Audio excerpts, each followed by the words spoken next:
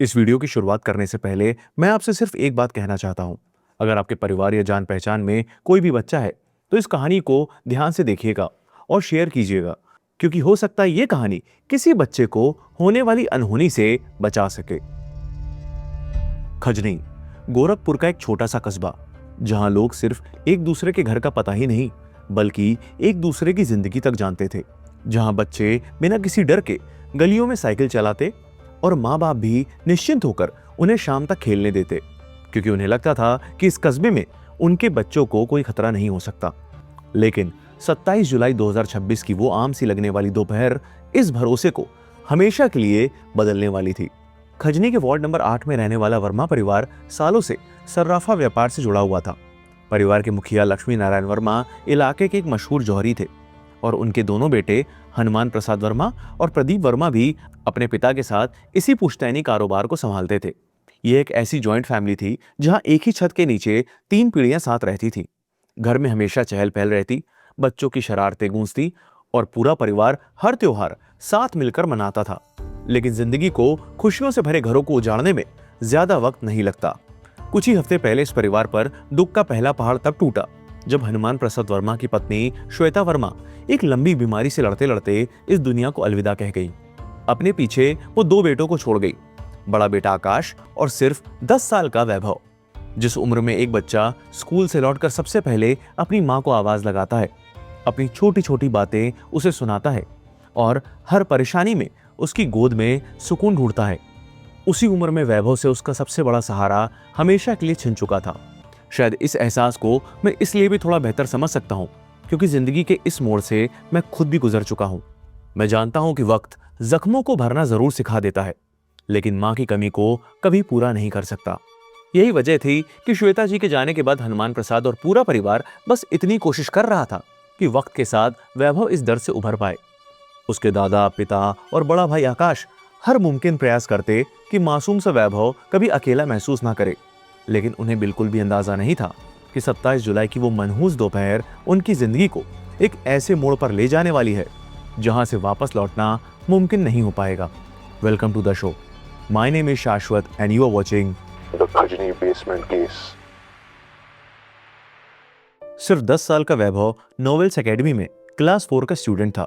पढ़ाई में होशियार और सबके लाडले की सबसे बड़ी आदत यह थी कि स्कूल से लौटने के बाद वो कुछ देर घर के बाहर मोहल्ले में साइकिल जरूर चलाता था। लेकिन उसके इसी रूटीन पर किसी की नजर काफी पहले से टिक चुकी थी। 27 जुलाई 2026 दिन सोमवार। आम दिनों जैसे उस दिन भी वैभव स्कूल गया था।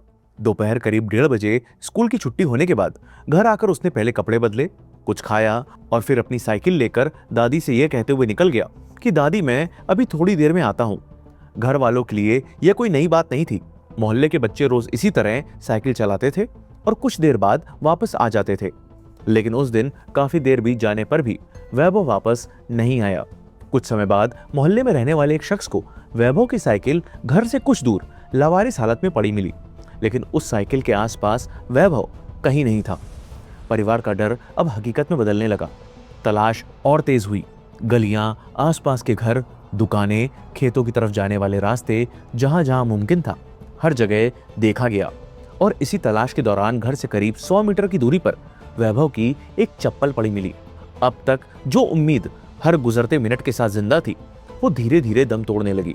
साइकिल एक तरफ पड़ी थी, चप्पल दूसरी तरफ, और इन दोनों के बीच वैभव का कोई निशान नहीं था। बस इसी पल परिवार को पहली बार एहसास हुआ कि शायद उनका बच्चा सिर्फ लापता नहीं हुआ बल्कि किसी अनहोनी का साया उस तक पहुंच चुका है। यह मंजर देखकर वर्मा परिवार समझ चुका था कि यह तलाश अब सिर्फ एक बच्चे को ढूंढने की नहीं रही बल्कि वक्त से लड़ने की शुरुआत है। इसलिए शाम होते होते वैभव के पिता हनुमान प्रसाद वर्मा ने खजनी पुलिस स्टेशन पहुंचकर अपने बेटे की गुमशुदगी की सूचना दी। मामला संगीन था, इसलिए बिना देरी किए पुलिस ने तुरंत सर्च ऑपरेशन शुरू कर दिया। जैसे जैसे खबर पूरे कस्बे में फैली, लोग भी वैभव को ढूंढने के लिए घरों से बाहर निकल आए। मामले की सेंसिटिविटी को देखते हुए एसएसपी डॉक्टर कौस्तुभ ने खुद इन्वेस्टिगेशन की कमांड संभाली और वैभव को ढूंढने के लिए 5 अलग अलग पुलिस टीम्स बना दी। एक टीम आसपास के इलाकों में सर्च ऑपरेशन चला रही थी, दूसरी टीम सीसीटीवी कैमरास की फुटेज इकट्ठी कर रही थी और तीसरी टीम टेक्निकल सर्वेलेंस और मोबाइल इनपुट्स पर काम कर रही थी। साथ ही फॉरेंसिक एक्सपर्ट्स और डॉग स्क्वाड को भी मौके पर बुलाया गया, क्योंकि हर गुजरता मिनट वैभव की जिंदगी के लिए बहुत कीमती हो सकता था। हनुमान प्रसाद बार बार उसी रास्ते को देखते जहां से वैभव रोज साइकिल चलाकर घर लौटता था। दादा लक्ष्मी नारायण हर आने जाने वाले से एक ही सवाल पूछते कि कहीं वैभव दिखा क्या। बड़े भाई आकाश को यकीन ही नहीं हो रहा था कि उसका छोटा भाई बिना किसी वजह के यूं गायब हो सकता है। सिर्फ 1.5 महीने पहले जिस घर ने वैभव की मां को खोया था, अब उसी घर के हर कोने में एक और अनहोनी का डर पसरा हुआ था। एसएसपी डॉक्टर कौस्तुभ लगातार इन्वेस्टिगेशन मॉनिटर कर रहे थे। बनाई गई 5 टीम्स बिना रुके काम कर रही थी। Technical surveillance, CCTV analysis, local intelligence और ग्राउंड सर्च एक साथ चल रही थी। पुलिस जानती थी कि अगर वैभव किसी किडनैपर के कब्जे में है तो हर गुजरता मिनट उसके लिए खतरा बढ़ा रहा है। खेत में उल्टी पड़ी मिली वैभव की चप्पल से ऐसा लग रहा था कि जैसे मानो किसी ने उसे जबरदस्ती उठाया हो। लेकिन किस दिशा में उसे ले जाया गया है, ये जानने के लिए डॉग स्क्वाड ने अपना काम करना शुरू किया। और इसी डॉग स्क्वाड ने इन्वेस्टिगेशन को एक ऐसे मोड़ पर लाकर खड़ा किया जिसका अंदाजा किसी ने नहीं लगाया था। पुलिस ने स्निफर डॉग को वैभव की सेंट दी। सबको लगा कि वो पुलिस को किसी जंगल, हाईवे या किसी बाहरी आदमी तक ले जाएगा, लेकिन सेंट पकड़ने के बाद डॉग ने जिस दिशा में चलना शुरू किया, उसने इन्वेस्टिगेशन की पूरी थ्योरी ही बदल दी। डॉग सीधा वर्मा परिवार के घर के बाहर से निकलकर उसी गली में आगे बढ़ा और कुछ ही पल बाद एक 2 मंजिला मकान के सामने जाकर रुक गया। वो मकान था सर्वेश कुमार भट्ट उर्फ बिट्टू का, जो वर्मा परिवार के घर से सिर्फ 20 मीटर की दूरी पर था। पुलिस ने पहले इसे सिर्फ एक लीड माना, क्योंकि किसी भी इन्वेस्टिगेशन में सिर्फ स्निफर डॉग के सिग्नल पर किसी को कातिल नहीं माना जा सकता। लेकिन जब इसी दौरान सीसीटीवी फुटेज की दोबारा बारीकी से जांच की गई तो एक और ऐसा सबूत सामने आया जिसने सर्वेश के ऊपर बना शक का घेरा और मजबूत कर दिया। आसपास लगे सीसीटीवी कैमरास की फुटेजेस में वैभव को उस दिन सर्वेश भट्ट के साथ खेतों की तरफ जाते हुए देखा गया था। अब पुलिस के पास 2 अलग अलग सबूत थे जो एक ही आदमी की तरफ इशारा कर रहे थे। एक तरफ स्निफर डॉग, दूसरी तरफ सीसीटीवी। पुलिस ने बिना देरी किए उसी तारीख की देर रात सर्वेश को पूछताछ के लिए हिरासत में ले लिया। मोहल्ले के लोग हैरान थे, क्योंकि यही सर्वेश पूरी शाम उन्हीं के साथ मिलकर वैभव को खोजने में लगा हुआ था। ऊपर से जिस आदमी को वो रोज देखते थे, जो बच्चों को कंप्यूटर सिखाता था, पेशे से टीचर था, जिसे वैभव भी अच्छी तरह से जानता था, पुलिस उसी को ही क्यों लेकर जा रही थी। शुरुआती पूछताछ में सर्वेश ने खुद को पूरी तरह बेकसूर बताया। उसने कहा कि उसका इस घटना से कोई लेना देना नहीं है। वो कभी अपनी बातें बदलता तो कभी पुलिस को उलझाने की कोशिश करता, लेकिन इन्वेस्टिगेटर्स बार बार उसके सामने वही सवाल रख रहे थे कि सीसीटीवी में तुम आज दोपहर को वैभव के साथ क्यों दिख रहे हो। अब जितनी देर पूछताछ चलती गई उतनी ही तेजी से सर्वेश की कहानी टूटने लगी। करीब 12 घंटे तक अपनी झूठी कहानियों का जाल बुनने के बाद उसने एक ऐसा कबूलनामा दिया जिसने सभी के होश उड़ा दिए। 28 जुलाई 2026 दिन मंगलवार दोपहर के करीब 11 बजे कन्फेशन के तुरंत बाद पुलिस सर्वेश को लेकर उसके घर पहुंची। मोहल्ले के लोग भी धीरे धीरे उस घर के बाहर जमा होने लगे। किसी को समझ नहीं आ रहा था कि पुलिस आकर उसके घर में क्या ढूंढ रही है। सर्वेश ने पुलिस को घर के अंदर ले जाकर बेसमेंट की तरफ इशारा किया, जहां नीचे उतरते ही पुलिस को अनाज की बोरियां एक के ऊपर एक रखी हुई दिखाई दी। सब कुछ बिल्कुल नॉर्मल लग रहा था। अगर किसी को पता ना हो तो शायद कभी किसी को शक भी ना होता कि इन बोरियों के पीछे कोई खौफनाक राज छुपा हो सकता है। पुलिस ने एक एक करके बोरियों को हटाना शुरू किया, जिसके नीचे एक रजाई और गद्दा रखा था। जब इसे हटाया गया तो उसके नीचे रखी एक बोरी से बदबू सी उठी, और जब वो बोरी खोली गई तो बेसमेंट में खड़े हर पुलिसकर्मी के चेहरे का रंग उड़ गया, क्योंकि उस बोरी के अंदर थी वैभव की लाश। सर्वेश ने वैभव के शव को बोरी में भरकर बेसमेंट में अनाज की बोरियों के बीच छुपा दिया था और उसके ऊपर रजाई और गद्दा रख दिया था, ताकि घर में किसी की नजर इस पर ना पड़े। उसका इरादा था कि मौका मिलते ही वो लाश को किसी और जगह ले जाकर ठिकाने लगा देगा। रिकवरी के तुरंत बाद पुलिस ने वैभव के शव को पोस्टमार्टम के लिए भेज दिया। 2 डॉक्टर्स के पैनल ने पोस्टमार्टम किया और पूरे प्रोसेस की वीडियो रिकॉर्डिंग भी की गई। जब रिपोर्ट सामने आई तो उसने पुलिस के सबसे बड़े शक को सच साबित कर दिया। दरअसल वैभव की हत्या गला दबाकर की गई थी। जब यह खबर वर्मा परिवार तक पहुंची तो पूरा घर चीखों से गूंज उठा। सिर्फ 1.5 महीने के अंदर एक परिवार ने माँ और बेटे दोनों को खो दिया था। खजनी में यह खबर आग की तरह फैल गई। लोगों को यकीन नहीं हो रहा था कि इतना बड़ा जुर्म किसी बाहरी आदमी ने नहीं, बल्कि उस पड़ोसी ने किया था जो रोज उनके बीच रहता था। लेकिन पुलिस जानती थी कि इन्वेस्टिगेशन अभी खत्म नहीं हुई है और अभी ये जानना बाकी है कि आखिर सर्वेश कुमार भट्ट ने वैभव को ही क्यों चुना और उसने इतनी बड़ी साजिश को अंजाम देने की प्लानिंग कब और कैसे की।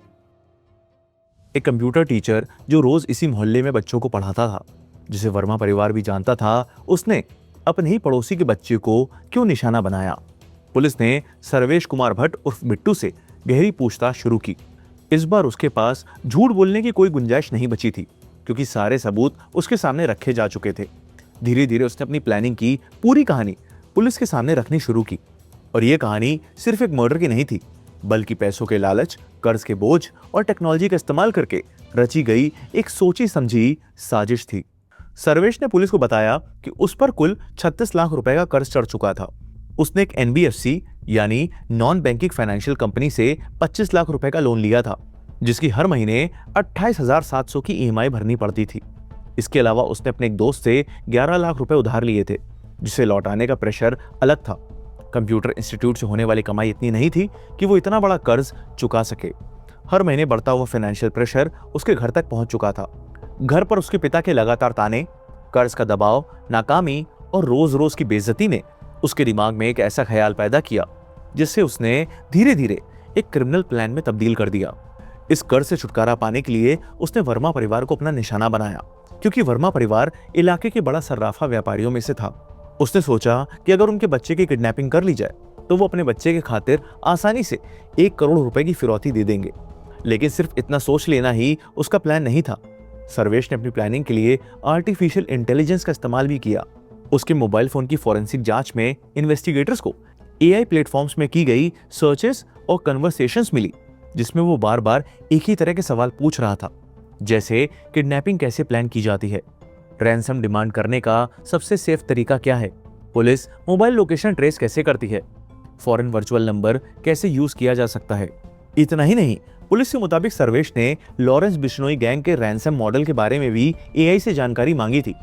वो समझना चाहता था कि बड़े क्रिमिनल गैंग्स पुलिस से बचकर रैंसम कैसे वसूलते हैं। प्लानिंग का अगला कदम और भी हैरान करने वाला था, क्योंकि पुलिस के मुताबिक उसने इंटरनेट के जरिए सिर्फ 199 में कंबोडिया का एक वर्चुअल मोबाइल नंबर खरीदा। इसी नंबर से उसने व्हाट्सएप अकाउंट बनाया ताकि कॉल और मैसेज इंडिया से ट्रेस ना किए जा सके। इन्वेस्टिगेशन में यह भी सामने आया कि उसने फिरौती की रकम रिसीव करने के लिए एक म्यूल बैंक अकाउंट यानी फेक आइडेंटिटी से ऑपरेट होने वाला अकाउंट की भी व्यवस्था कर ली थी। यानी किडनैपिंग से लेकर रैंसम और पैसे छुपाने तक हर चीज पहले ही प्लान की जा चुकी थी। लेकिन हर अपराधी को जुर्म करने से पहले लगता है कि उसका प्लान फूल प्रूफ है, और यही सबसे बड़ी गलतफहमी होती है। 27 जुलाई 2026 की दोपहर साइकिल लेकर निकले वैभव को अंदाजा नहीं था कि घर की दहलीज के बाहर छिपा एक शैतान उसका इंतजार कर रहा है।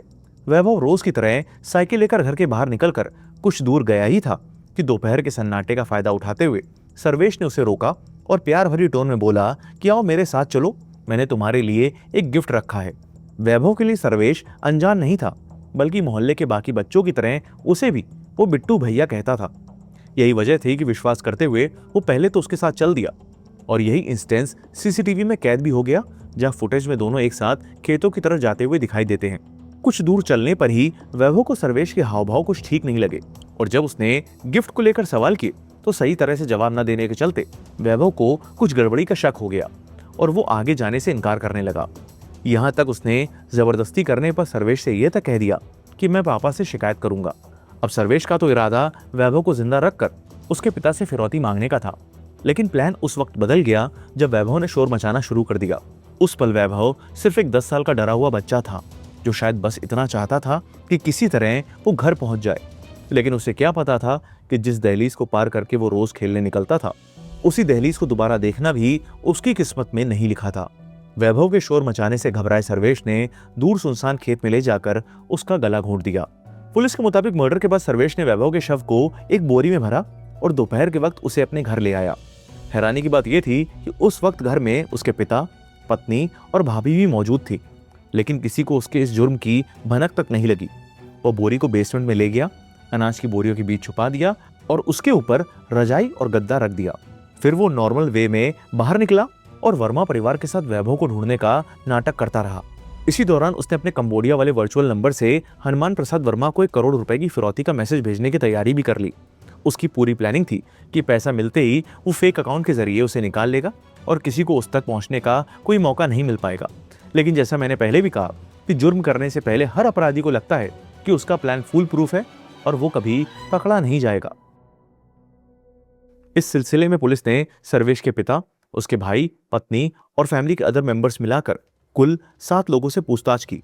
पुलिस ये समझना चाहती थी कि क्या किसी को बेसमेंट में छिपाए गए शव की जानकारी थी या नहीं। घंटों तक चली क्वेश्चनिंग के बाद पुलिस का फोकस फिर से सर्वेश पर ही आ गया। मौजूद सबूत इस बात की तरफ इशारा कर रहे थे कि किडनैपिंग, मर्डर और रैंसम की प्लानिंग उसने खुद ही की थी। जांच आगे बढ़ी तो सर्वेश का एक पुराना क्रिमिनल रिकॉर्ड भी सामने आया। पुलिस के मुताबिक 2024 में बिहार में हुए एक पेपर लीक मामले में सर्वेश का नाम सामने आया था। आरोप था कि उसने एक दूसरे स्टूडेंट की जगह खुद एग्जाम दिया था। इसी मामले में उसे गिरफ्तार किया गया था, जहां उसने प्रयागराज की नैनी जेल में करीब 40 दिन बिताए थे। जेल से बाहर आने के बाद उसने दोबारा कंप्यूटर इंस्टीट्यूट चालू कर दिया, लेकिन उसके आसपास रहने वाले लोगों के अकॉर्डिंग उसका व्यवहार पहले से काफी बदल चुका था। मोहल्ले के लोगों ने बताया कि सर्वेश ज्यादा किसी से घुलता मिलता नहीं था।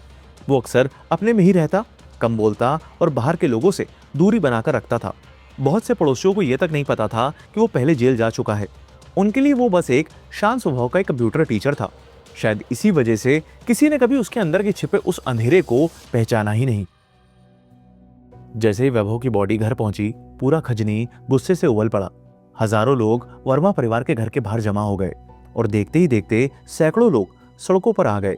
रास्ते जाम कर दिए गए और गुस्से से भरी भीड़ खजनी पुलिस स्टेशन तक पहुंच गई। कुछ लोग तो लॉकअप से सर्वेश को बाहर निकालने की कोशिश तक करने लगे, जिसके बाद हालात संभालने के लिए 4 थानों की पुलिस फोर्स तैनात करनी पड़ी। किसी भी अनहोनी से बचने के लिए पुलिस ने सर्वेश और उसके परिवार को अनडिस्क्लोज लोकेशन पर शिफ्ट कर दिया और पुलिस ने लोगों को भरोसा दिलाया कि मामले की तेजी से जांच कर फास्ट ट्रैक कोर्ट में मजबूत पैरवी की जाएगी। लेकिन वैभव का मामला सिर्फ वर्मा परिवार का दर्द बनकर नहीं रह गया। इसने हर माँ बाप के सामने एक ऐसा सवाल खड़ा कर दिया जिसका जवाब शायद किसी के पास नहीं है। हम बच्चों को हमेशा अनजान लोगों से बचकर रहना सिखाते हैं, लेकिन अगर खतरा किसी अनजान से नहीं बल्कि उसी शख्स से हो जो रोज आपके घर के सामने से गुजरता हो, जिसे आप नाम से जानते हो और जिस पर आप आंख बंद करके भरोसा करते हो, तो फिर अपने बच्चों को महफूज कैसे रखा जाए। क्योंकि वैभव का कातिल किसी अंधेरी गली या जंगल से नहीं आया था, वो तो सिर्फ 20 मीटर की दूरी पर रहता था। और शायद इसीलिए ये सिर्फ एक मर्डर केस नहीं, भरोसे के कत्ल की कहानी थी।